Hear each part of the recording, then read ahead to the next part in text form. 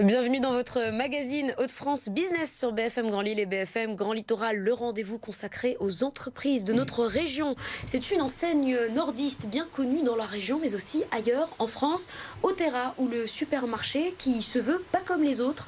18 ans après son lancement, la marque spécialiste des produits frais sans intermédiaire continue son expansion. Le président d'Otera, notre invité ce soir. Bonsoir Loïs Abed Lyotard, merci d'être avec nous. Merci, bonsoir également bonsoir. Jeanne Magnin, journaliste au Journal des entreprises et qui nous accompagne dans ce magazine. Bonsoir, non, bonsoir monsieur. Bonsoir. On démarre avec quelques chiffres. Otera a été créé en 2006. 13 points de vente, dont 8 dans la région. Ce sont 250 collaborateurs. Et en 2024, Otera a enregistré une progression de près de 25% à périmètre comparable. Une très belle année donc pour l'entreprise. Loïs Abed Lyotard, la promesse d'Otera est claire, proposer des produits de qualité, sans intermédiaire et à des prix accessibles. Ce n'est pas rien comme promesse. Depuis 18 ans, on essaye de la tenir. Oui, exactement. Au début, quand l'entreprise a été fondée, on disait démocratiser les bienfaits du circuit court.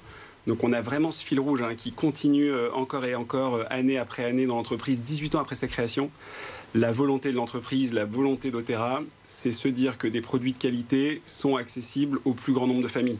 C'est assez facile de pouvoir se dire qu'on a des produits de qualité avec plein de valeurs, plein d'attributs qui sont extrêmement chers et que très peu de personnes peuvent se payer. C'est autrement plus difficile que d'essayer d'avoir un vrai jeu d'équilibre avec les entrepreneurs qui nous livrent, avec nos partenaires, pour faire en sorte que la courgette du champ d'à côté soit accessible à un grand nombre de familles.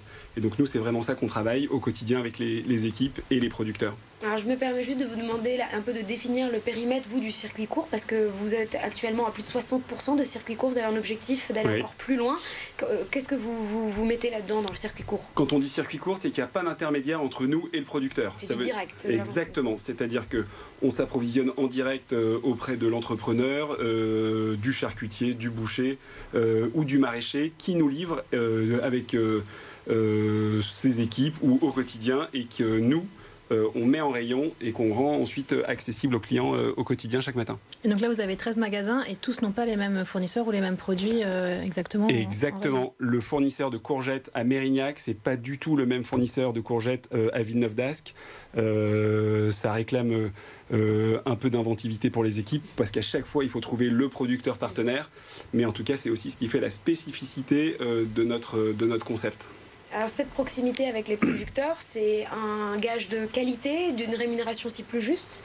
C'est ça la promesse que vous faites aussi à vos clients, une rémunération plus juste pour les producteurs. Oui, en tout cas, la vraie promesse qu'on mène au quotidien, c'est ce rapport direct qu'on a avec le producteur qui nous permet d'échanger en permanence avec lui, de faire face, lui, à ses difficultés et inversement, nous, aux difficultés que nos clients peuvent rencontrer. C'est pour ça qu'on a été très fort pendant l'inflation, parce que les clients qui nous remontaient que les prix augmentaient sans cesse par ailleurs, tous nos producteurs ont pu largement contribuer à garder les prix le moins haut possible ou les faire augmenter le moins possible en réponse à ces problématiques. Et les agriculteurs eux-mêmes qui ont manifesté pendant de nombreux mois. Exactement. Et donc ça, c'est incroyable. Ça veut dire qu'il n'y a pas d'interlocuteur entre nous et le producteur de la courgette, ce qui nous permet d'échanger à cœur ouvert les uns avec les autres, remonter les difficultés des clients, et parfois aussi quand ça va bien, et remonter les difficultés que peut connaître l'agriculteur dans son champ.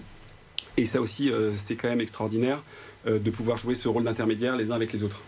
Et là, vous connaissez ces derniers temps une forte croissance. C'est aussi grâce à ce positionnement prix ou pas seulement, selon vous? C'est à mon sens, Jeanne, exactement grâce à ce positionnement prix, puisque c'est quand même pendant les années d'inflation qu'Otera a été massivement choisi par ses clients parce qu'on offrait des produits de qualité qui étaient effectivement assez contenus dans l'augmentation des prix et les clients sont venus beaucoup plus souvent chez nous. On est passé d'à peu près 7 visites par an à 1 visite par mois. Donc les gens exactement viennent maintenant récurrentement pour faire leurs courses de fruits et légumes et ça c'est quand même extraordinaire. Nous, on est très très fiers de ça et les producteurs qui nous livrent aussi. Et vous avez d'ailleurs une spécificité aussi, c'est de vouloir une expérience magasin à taille humaine. Les magasins sont de 600 et 800 mètres carrés. Et vous estimez donc un parcours client de 10 minutes en moyenne. Pourquoi avoir fait ce choix? Oui, c'est deux choix. C'est le choix de la convivialité. Parce qu'effectivement, quand on se retrouve dans des grandes surfaces qui font 5, 6, 8 000 mètres carrés, c'est très difficile d'humaniser les rapports les uns envers les autres parce que les magasins sont juste géants. Quand on fait 600 ou 700 mètres carrés, on reconnaît les vendeurs, on reconnaît les gens qui mettent en rayon, on reconnaît nos voisins. Donc ça, c'est quand même assez fort en termes d'expérience client. Et ensuite, effectivement, ça évite aux personnes de passer 2 heures à faire leurs courses, puisqu'en 10 minutes, 15 minutes, on a fini de faire ses courses. Et ça, c'est quand même assez chouette quand on est client au terrain. Et en termes de croissance, donc là on évoquait la forte progression, donc 24% l'année dernière. Oui. Je crois que l'année d'avant c'était aussi assez important. 2025, vous prévoyez de passer les 100 millions d'euros, c'est ça, de chiffre d'affaires? Oui, exactement. L'année dernière, à périmètre comparable, ça veut dire qu'à magasin constant, tout magasin, on a réussi, grâce à nos clients, à faire une belle progression du chiffre d'affaires, quasiment 25% de progression en chiffre d'affaires hors taxe. Et c'est uniquement tiré par le nombre de gens qui nous visitent, pas du tout par les prix qui ont plutôt été très contenus. Et cette année encore, on est plutôt très plébiscité puisqu'on est à peu près à 10-12% de croissance depuis le début de l'année, à périmètre comparable encore une fois. Et on vise effectivement 100 millions d'euros hors taxe. Ce n'est pas une fin en soi. Nous, ce qui nous intéresse, c'est rendre content nos clients, rendre content les personnes qui nous soutiennent et qui nous livrent au quotidien et ouvrir de nouveaux points de vente. Ça, c'est très clé pour nous. Là, vous avez quel objectif d'ouverture de nouveaux points de vente? Dans les 12 prochains mois, donc à mi-2026, on aimerait bien avoir ouvert 5 nouveaux magasins. La prochaine ouverture, ce sera à Bordeaux. On est très content dans un quartier qu'on adore, dans le quartier de Sainte-Eulalie à Bordeaux. Donc avec un concept plutôt urbain ou un concept plutôt moyenne surface en première périphérie, un peu comme on peut avoir dans l'agglomération lilloise. C'est pas dans la ville, c'est vraiment juste aux portes de la ville. Non, c'est pas le format Gambetta-Oisem. C'est un format comme Saint-André, comme le Sar, qu'on proposera au Bordelais. Et c'est une deuxième implantation à Bordeaux parce qu'ils nous ont accueillis vraiment très chaleureusement à Mérignac il y a 12-13 mois, quoi. Vous avez de très nombreuses références, plus de 400 si je ne me trompe pas dans vos magasins. Est-ce que vous cherchez aussi à étendre votre réseau de producteurs?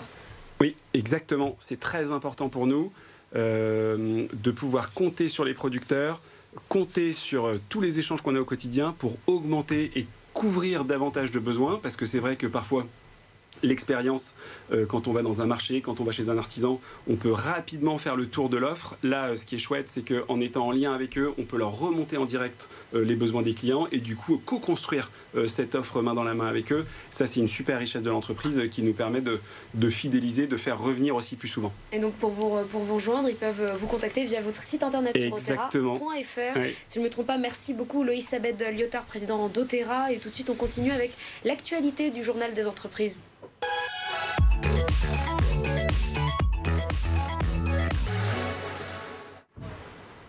Alors Jeanne, cette semaine, on parle d'arthrose du genou. On n'est pas dans le magazine de la santé. Oui, tout à fait. C'est un sujet pas très sexy, mais qui concerne beaucoup de monde. 600 millions de personnes dans le monde et 10 millions en France sont concernées par cette pathologie qui souvent nécessite à terme la pose de prothèses.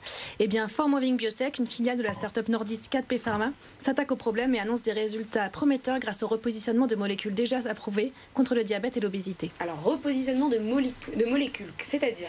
C'est tout le concept de 4P Pharma, repérer des molécules déjà commercialisées et les tester sur d'autres pathologies en modifiant les dosages ou la posologie. Ça permet d'aller beaucoup plus vite alors que les délais de mise au point de nouveaux médicaments sont très longs. C'est évidemment très encadré. Formoving Biotech a obtenu des résultats convaincants avec ces 2 molécules pour diminuer à la fois les douleurs et la progression de l'arthrose. Elle vient de recevoir un soutien de poids dans sa démarche, un financement de 7,6 millions d'euros via le plan France Relance 2030 qui va lui permettre d'accélérer ses recherches. Merci beaucoup Jeanne Manière. Donc c'est un article à retrouver sur le site du journal des entreprises. Très belle soirée à nous. Moi, je vous dis à demain. On se retrouve dans Planète Locale. Je vous propose de donner du temps pour aider le monde agricole. On continue à parler des producteurs justement. C'est tout l'objet du Carton Paysan et nous en parlerons demain. Belle soirée.